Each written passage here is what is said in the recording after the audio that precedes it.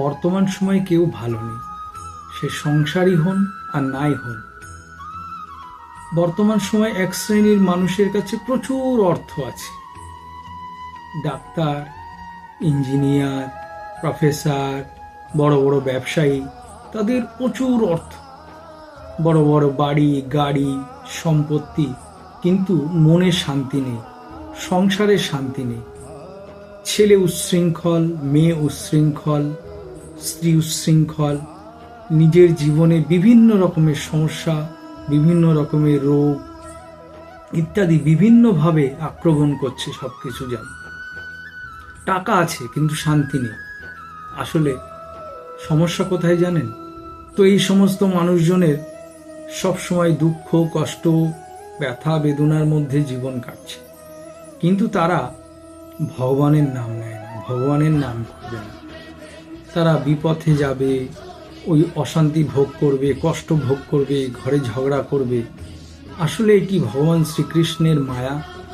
আর বর্তমান তো কলিযুগ, কলি কখনোই আপনাকে সুপথে যেতে দেবে না।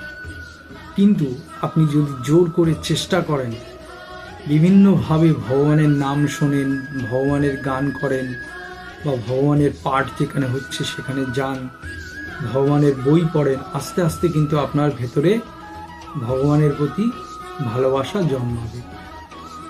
আসলে কোনো মানুষ যদি কোনো বিষয়ে পরিষ্কার ধারণা না পায়, তাহলে তার সেই বিষয়ে ইন্টারেস্ট আসে না।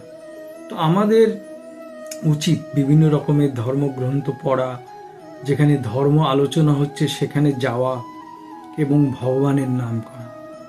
আসলে আপনারা একবার দেখুন না, ভগবানের নাম করে, ভগবানের উপর ভরসা করে, বিশ্বাস করে, ভগবানকে ডেকে যে আপনি জীবনে যে সমস্ত দিন কাটিয়ে এসছেন, আর এই যে ভগবানের নাম করছেন, গান করছেন, তার কিছুদিন পর থেকে দেখুন তো আপনার ভেতরে কোনো পরিবর্তন আসে কিনা।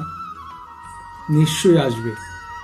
আসলে জেনে যদি আপনি কারেন্টে হাত দেন, আপনি কারেন্ট খাবেন, আর যদি না জেনেও হাত দেন কারেন্টের তারে, আপনি কারেন্ট খাবেন।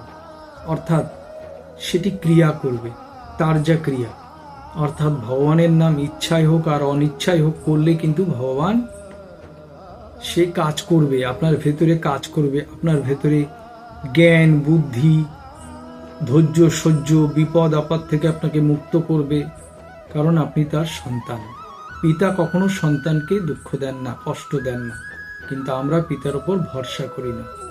তাই আমাদের প্রত্যেকের উচিত শান্তিতে থাকতে হলে, সমস্যা থেকে দূরে থাকতে হলে, সংসারকে ভালো রাখতে হলে, ছেলে মেয়েদেরকে ভালো রাখতে হলে, তাদের উন্নতি করতে হলে আমাদেরকে ভগবানের নাম নিতে হবে।